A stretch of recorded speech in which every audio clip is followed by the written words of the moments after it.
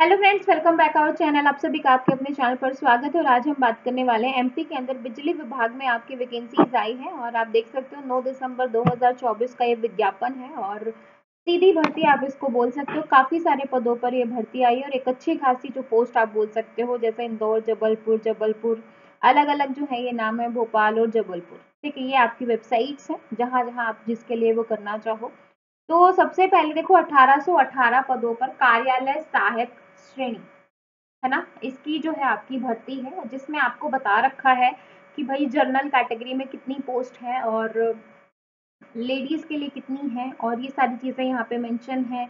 ईडब्ल्यूडी सब जो है यहाँ पे सारी चीजें यहाँ पर जो है बता रखी हैं।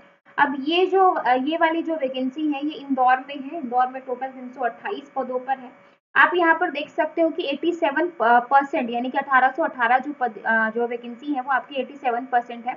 बाकी जो 13% है उन पे क्या हो रहा है कि जो आपका ओबीसी का कुछ चल रहा है और जैसे ही वो क्लियर हो जाएगा वो 13% वैकेंसी और इसके अंदर एड ऑन हो जाएंगी। इसके बाद देखो जबलपुर में आपकी जो है ये वैकेंसीज हैं। ठीक है, जबलपुर में आपकी ये है। उसके बाद जो है आपका एमपी पावर जो है जबलपुर में फिर से आपकी यहाँ पर जो है 30 है, यहाँ पे 6 है। फिर भोपाल में है 489। तो इस तरीके से आपकी टोटल जो है 818 पोस्ट यहाँ पे बन रही है। अब कई बच्चे सोचेंगे कि ये जो वैकेंसी है ये आपकी सरकारी है कि प्राइवेट है। तो देखो ये जो है वैसे तो गवर्नमेंट के जैसा ही है, बट यहाँ पे क्या है कि एक कंपनी है जिसके थोड़े बहुत मतलब उनके रूल चलेंगे। बाकी आपका जो है फिक्स जॉब रहेगी, ऐसा गारंटी के साथ रहेगी, ऐसा कुछ नहीं रहेगा कि आपको निकाल देंगे या चीजें रहेंगी, वैसा कुछ नहीं रहने वाला है। उसके बाद है पर्वत विभाग जिस हेतु चयन सूची, ये जो 13% है ये अभी जो है घोषित नहीं किया गया है, जैसे मैंने आपको बताया। ठीक है, इसके बाद है लाइन परिचारक वितरण जो है 1196 पदों पर जो है ये भर्ती है और इसमें भी आपका इंदौर, जबलपुर अलग अलग स्टेट में जिसके लिए भी आप अप्लाई करना चाहो कर सकते हो। 13% आपका यहाँ पे ये हो जाएगा। ठीक है, फिर सुरक्षा निरीक्षक जो है 7 पद हैं। इसकी जो पीडीएफ है मैं टेलीग्राम ग्रुप पे शेयर कर दूंगी, आप एक बार देख लेना। कनिष्ठ अभियंत्रा मैकेनिकल जिसके पास है। ठीक है, अब हम इनकी जो है एजुकेशन क्वालिफिकेशन भी देखेंगे जिससे आपको समझ में आएगा। मेरे ख्याल से हर सभी क्वालिफिकेशन जिसके पास जो भी है सभी यहाँ पे अप्लाई कर सकते हैं। ठीक है, इसके बाद जो है आपका सहायक सिविल, इसके बाद जो है आपका वितरण इलेक्ट्रिकल विभाग में, इसके बाद है आपका विधि सहायक सहायक विधि अधिकारी। ठीक है, जो टोटल 31 पद हैं। सहायक प्रबंधक टोटल 12 पद। सहायक जो है कुल 4 पद। मैकेनिकल टोटल 46 पद।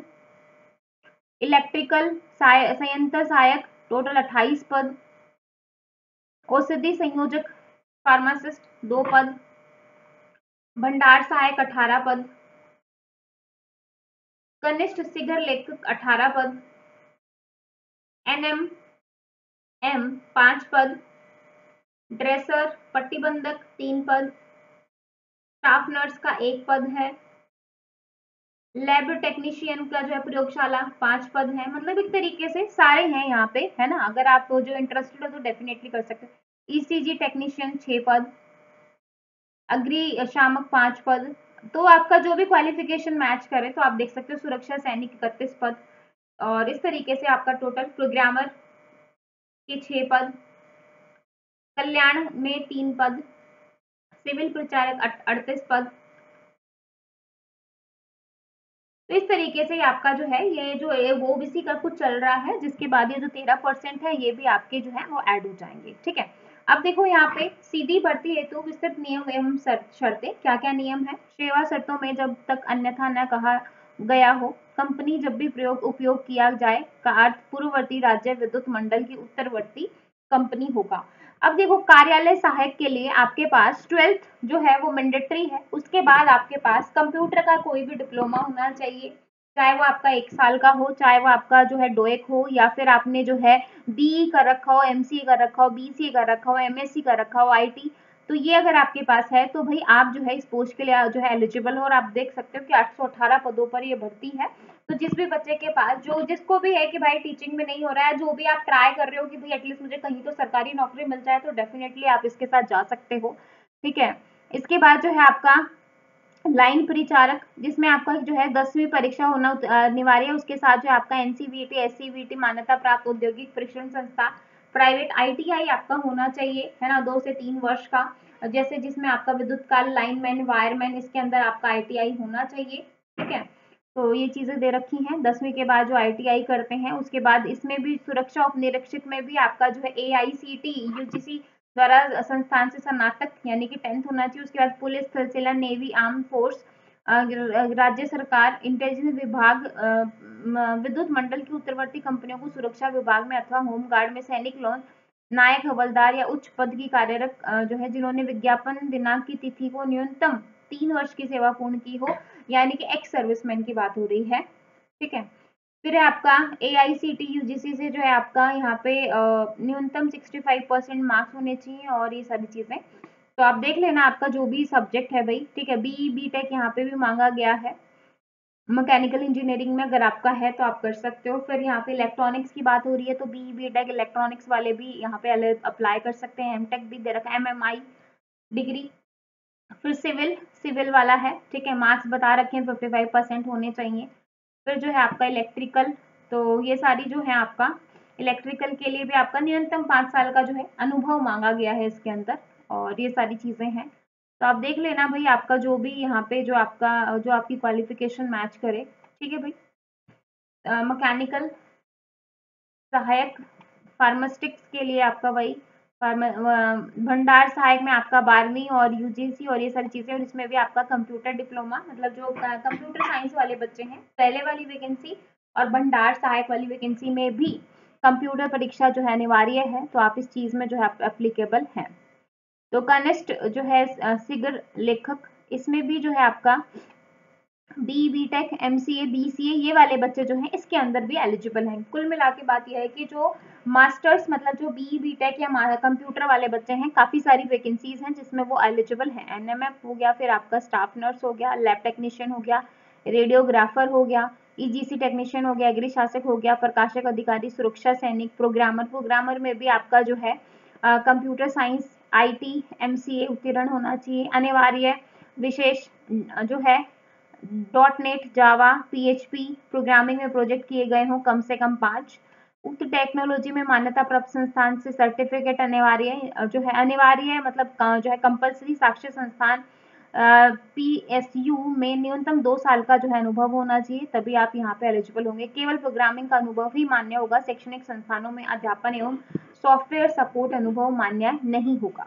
ठीक है भाई, इसके बाद जो है आपका कल्याण सहायक, इसमें भी जो है आपका एक्सपीरियंस मांगा गया है। तो जिस भी पोस्ट के लिए आप अप्लाई जो है एलिजिबल हो आप कर सकते हो। इसके बाद हम एज लिमिट की बात करें तो पुरुष के लिए 40 साल, मध्य प्रदेश के मूल निवासी, महिला के लिए 45 साल, मध्य प्रदेश के मूल निवासी पुरुष एवं महिला 45। तो ये आपकी जो है यहाँ पे एज लिमिट हो जाएगी।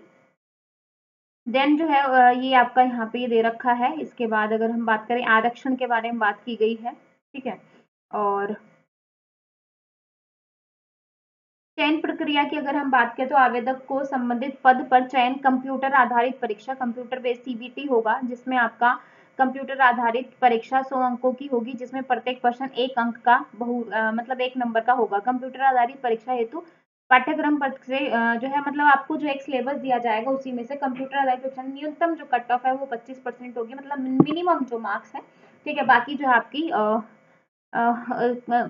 उसके हिसाब से होगी कि भाई कितने ज्यादा जो है कट ऑफ जाती है। ठीक है, तो ये सारी चीजें रखी हैं। एक या एक से अधिक जो है आवेदकों के उपरोक्त शर्त के सम्मान हेतु कक्षा 10वीं में अधिक अंकों वाले आवेदकों को प्राथमिकता दी जाएगी।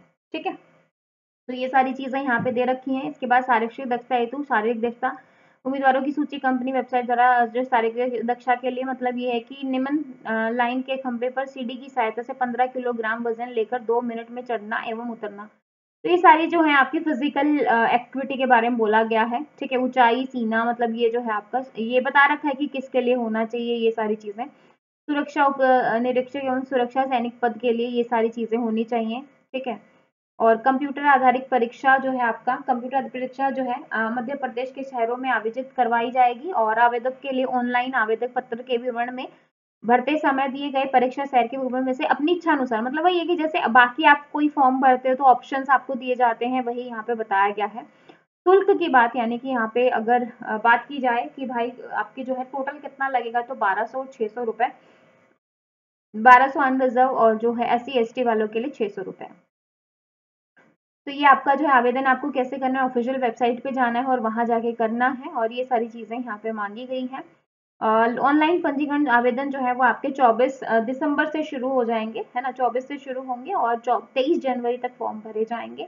और ऑनलाइन सुधार करने के लिए, मतलब जो आप अगर आपसे कोई गलती हो जाती है, फॉर्म को करेक्ट करना है, तो 20 से 25 का जो है आपको यहाँ पे 20 जनवरी से 25 जनवरी तक आप कर सकोगे, ठीक है। तो ये सारी चीजें हैं भाई। बाकी अगर किसी बच्चे को कोई डाउट है तो मुझे बता सकता है, ठीक है। तो ये सारी यहाँ पे दे रखा है। सैलरी की बात की जाए तो कार्यालय सहायक की 19,500 6 माह लेवल 4, और अनारक्षित वर्ग हेतु 1 लाख रुपए, आरक्षित वर्ग हेतु 50। बॉन्ड राशि यहाँ पे दे रखी है, ठीक है। तो ये यहाँ पे आप देख सकते हो इस तरीके से है, ठीक है। सैलरी आपको बता रखी है और ये सारी चीजें हैं। फिर भी अगर किसी बच्चे को डाउट है तो मुझे बता सकता है, कमेंट सेक्शन में पूछ सकता है, ठीक है भाई। कोई भी डाउट है तो कमेंट सेक्शन में बताइएगा, और ये वाली PDF जो है मैं आप लोगों को शेयर कर दूंगी आपके टेलीग्राम ग्रुप पे, तो एक बार आप देख लेना, ठीक है। आप जिस भी पोस्ट के लिए एलिजिबल हो, ठीक है। वीडियो अच्छी लगी तो लाइक जरूर कीजिएगा, चैनल पर नए हैं तो सब्सक्राइब कीजिए ऐसी ही नई वैकेंसीज की अपडेट पाने के लिए। फिर मिलेंगे, bye bye, take care, thank you.